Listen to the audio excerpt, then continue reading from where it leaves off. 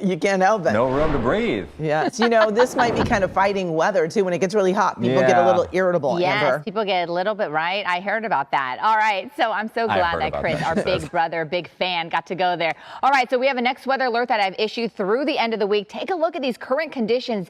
It's not even noon yet, and we are already seeing these temperatures in the 90s. Look at this, 95 for Santa Clarita, 90s for the Lancaster area. We even have 83 for Pasadena, 86 right now for San Bernardino. Right along the coast, this is where you want to be to beat the heat. We have some upper 60s, low 70s. And with the heat, we are also dealing with a little bit more of that air quality being rather unhealthy because of that high pressure system. We don't really have those fierce winds that are clearing out the air for us. So by the time we head into the afternoon and also into the early evening, that's when we really start to see the high levels of the ozone pollution take place. And then this is the last day of that air quality issue. It should be expiring by about 8 p.m. Take a look at all the areas that are under that air quality issue. So that includes the Santa Clarita Valley. So if you don't have to be outside, you're asked to stay indoors as much as possible. Look at all the red that we're seeing. So this goes from the eastern part of the San Gabriel Valley all the way to Banning, which encompasses Ontario, Pomona, Riverside, even up in the mountains of San Bernardino County. That also includes really unhealthy air quality for all individuals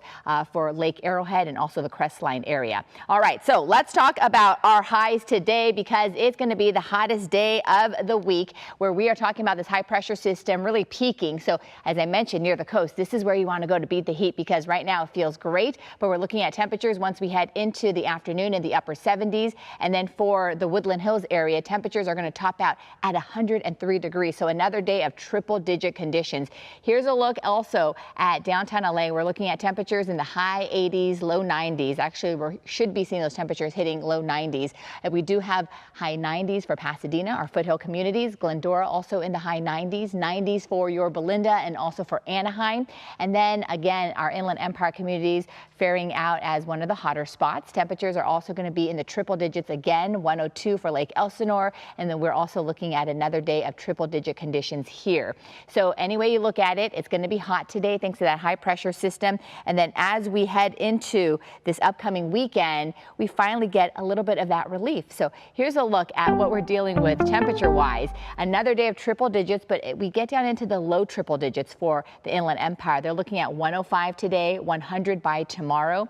And then by the time we head into the weekend, some relief and we're out of that next weather alert, upper 90s, but still hot any way you look at it. And we pretty much stay in the 90s through the rest of the weekend into next week. And then for the valleys, also another day of triple digit conditions as we head into Friday. And then by the weekend, cooling down, a little bit of relief as we get back some of that sea breeze, low 90s as we head into Saturday, Sunday, and then stretching all the way into the middle of next week. LA and Orange County, you haven't been under this next weather alert, but it's still hot, above average, 90 degrees. By tomorrow, we get a little bit of that sea breeze pushing back in, 84. And then for our high deserts and our mountain communities, we're still looking at some above average temperatures as well. You could see high desert communities, you're basically in triple digits for the next 7 days.